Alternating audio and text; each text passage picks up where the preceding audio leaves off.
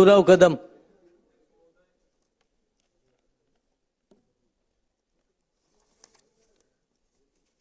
अध्यक्ष महोदय,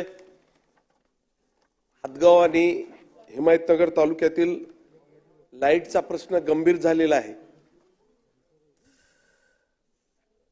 लाईट कमी दाबानं मिळत असल्यामुळे ट्रान्सफॉर्मर फेल होण्याचे प्रमाण अतिशय वाढलेले आहे. आम्हाला आज घडीला हदगाव आणि हिमायतनगर तालुक्यात 50 एक तरी नवीन ट्रान्सफॉर्मर पाहिजे. हे देण्यासाठी आपण सरकारच्या वतीनं सहकार्य करावं.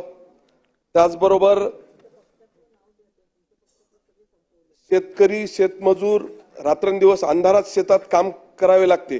अशा वेळी साप चावल्याच्या घटना मोठ्या प्रमाणात आढळून येतात आणि अशा परिस्थितीत आम्ही ज्यांच्याकडे भेटायला जातो आपण त्यांना काही मदत करू शकत नाही. जे नैसर्गिक आपत्तीमध्ये जसं वीज पडल्यावर त्यांना कुटुंबाला 4 लाख रुपये, पुरात वाहून गेला तर 4 लाख रुपये मदत शासनाच्या वतीनं दिली जाते. त्याच पद्धतीनं साप हा सुद्धा नैसर्गिक आपत्तीसारखंच आहे समजून याला साप चावल्यावर शेतमजूर आणि शेतकरी यांना मदत देण्यास, त्यांच्या कुटुंबियाला मदत देण्यासाठी मी आपल्या समोर हा प्रश्न उपस्थित करू इच्छितो आणि त्यांना मदत करावी.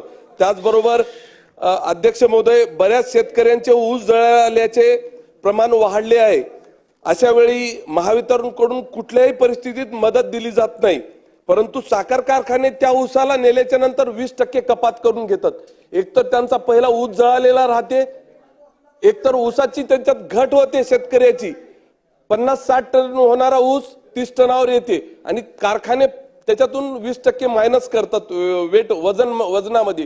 तर कारखान्याला आपल्याकडून काय जे झाली ते मदत करा, परंतु शेतकऱ्याला कपात करू देऊ नका, एवढा मी या प्रसंगी सांगू इच्छितो. शांताराम मोरे. अध्यक्ष महोदय, शांताराम मोरे, राघवेंद्र पाटील.